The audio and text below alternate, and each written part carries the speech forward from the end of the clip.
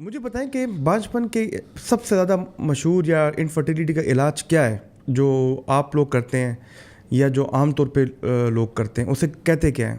بلکہ میں نے تو نیٹ پہ دیکھا بھی تھا، اس کو IVF کہتے ہیں۔ نہیں، اس میں پہلے تو پراپر پیشنٹ کو ٹائم ضائع نہیں کرنا چاہیے۔ فرض کرو 1 سال ہو گئے، وہ آ جاتا ہے، ایک مستند جگہ سے وہ علاج کرانا چاہیے ان کو، ٹھیک ہے۔ بعض اوقات جو ہوتے ہیں، جو سیمن انالیسس ہے یہ انیشیل ٹیسٹ ہے، ٹھیک ہے، اس کے ساتھ ہم دوسرے ٹیسٹ بھی کراتے ہیں۔ ٹھیک، سیمن انالیسس کے ساتھ اسکروٹل کلرڈ اپلر ساؤنڈ کراتے ہیں، ٹھیک ہے، ultra sound is very necessary, ٹھیک ہے نا۔ اس کے بعد سیمن میں اور وائٹیلٹی کے ٹیسٹ ہوتے ہیں، فرکٹوز کے ٹیسٹ ہوتے ہیں، سپرم DNA فریگمنٹیشن کے ٹیسٹ ہوتے ہیں، ری ایکٹیو آکسیجن سپیشیز کے ٹیسٹ ہوتے ہیں، ایڈوانس ٹیسٹ ہے یہ، ٹھیک، وہ ہم پھر کراتے ہیں، ٹھیک ہے۔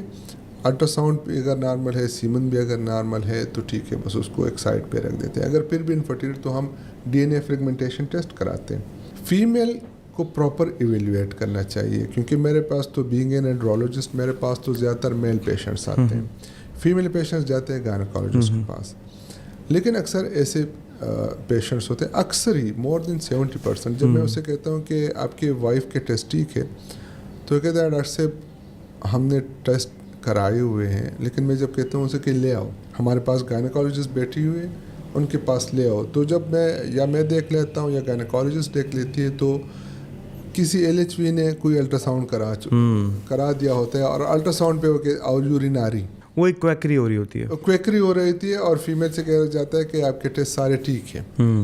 تو جو فیمیل کے انویسٹیگیشنز ہوتے ہیں، انفرٹیلیٹی کو ایز اے کپل ٹریٹ کرنا چاہیے، ناٹ ایز اے انڈیویجول، کہ آپ کسی یا میل کو دیکھیں یا فیمیل کو دیکھیں۔ تو فیمیل میں پھر ہم کچھ ٹیسٹ سجیسٹ کرتے ہیں، جیسے FSH ہارمونس کے ٹیسٹ ہے، LH ہے، TSH ہے تائرائڈ کا، پرولیکٹین ہم دیکھتے ہیں، ٹھیک ہے۔ AMH دیکھتے ہیں کہ اس کی اوویرین ریزروز کتنے، ٹھیک ہے۔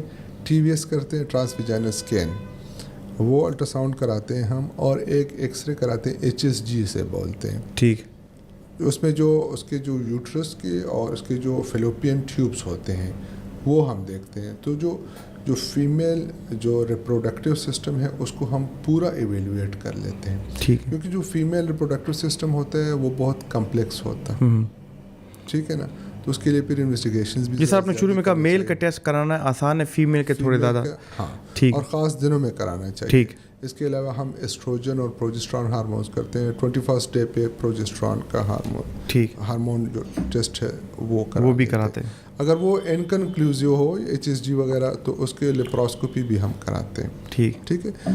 آج کل جو بہت بڑا مسئلہ دیکھنے میں آیا فیمیل پیشنٹس میں، وہ پری میچیور اوویرین فیلئر کا ہے۔ اچھا، ہاں، اس میں جو اووریز ہوتی ہے وہ اپنے ٹائم سے پہلے وہ میچیور ہو جاتی ہے، تو ان میں پھر فولیکلز نہیں بنتے، تو یہ ایک بہت بڑا مسئلہ دیکھا گیا ہے، اسپیشلی ان ہیلی ایریاز۔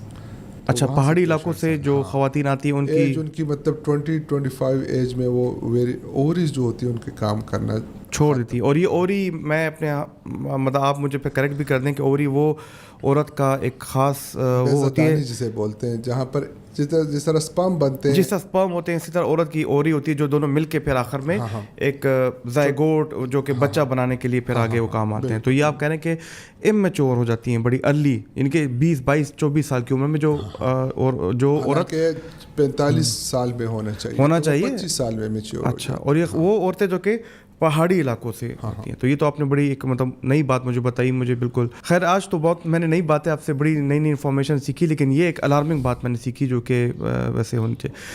تو کیا علاج ہیں پھر، اس کے علاج کیا موجود ہیں؟ علاج تو مختلف ہیں، اور جس طرح پہلے ہم پہلے ان سے کہتے ہیں کہ یہی لائف سٹائل موڈیفیکیشن، ٹھیک ہے، اور جو کہ اوویولیشن، فیمیل کا ویٹ کم کرنا، خوراک اور ڈائٹ ان چیزوں کا وہ کرنا، اور دوسری بات یہ ہے کہ پھر اوویولیشن جو ڈیز ہوتے ہیں ان کو ہم سمجھا دیتے ہیں، ٹھیک ہے، کہ ان دنوں میں آپ نے ملنا ہے تو اس سے پریگنینسی ہو جائے۔ لوگوں کو تو پتہ ہی نہیں ہوتا اکثر اوویولیشن ڈیز کا، خاوند اکثر باہر کام کرتا ہے، فیکٹری میں کوئی کام کرتا ہے کوئی اس طرح، تو ان دنوں میں وہ ملتے ہی نہیں جن دنوں میں اوویولیشن ہو جاتی ہے۔ بس سمپل گائیڈنس، آپ پیشنٹ کو گائیڈ کرو،